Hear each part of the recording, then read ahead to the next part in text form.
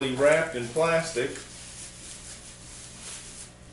and labeled a product of China. I heard Corey speaking on a video about that. Uh-oh, that one's broken, coming out of its plastic.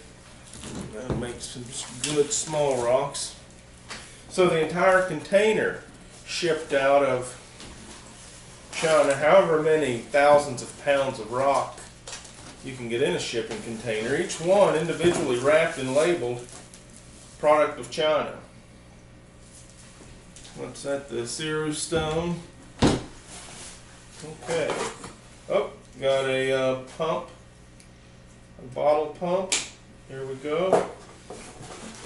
That must go into this bottle of stuff. Some more Aquarium Co-op goodness. Oh, good packing, guys. Good job.